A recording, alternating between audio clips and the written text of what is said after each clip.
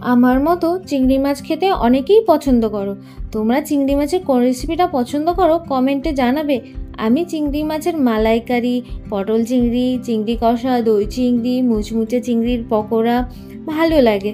সবথেকে বেশি ভালো লাগে চিংড়ি মাছের মালাইকারি, সেই জন্য আজকেই মালাইকারি বানালাম। প্রথমে চিংড়িগুলো ধুয়ে কেটে নুন হলুদ দিয়ে মাখিয়ে সর্ষের তেলে ভেজে নিয়েছি। এর মাঝেই পেঁয়াজ, আদা, রসুন, কাঁচা লঙ্কা, টমেটো টুকরো টুকরো করে মিক্সিতে পেস্ট করে নিয়েছি।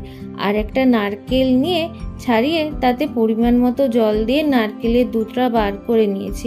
নারকেলের বাকি অংশটা ফেলে দেবেন না। নারকেল কোড়ায় সামান্য জল দিয়ে স্মুথ পেস্ট করে নিয়েছি।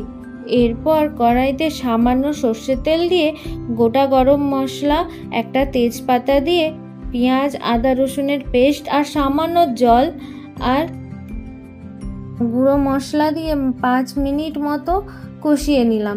এরপর নারকেলের দুধটা দিয়ে কিছুক্ষণ ফুটিয়ে নারকেলের পেস্টটা আর সামান্য জল দিলাম।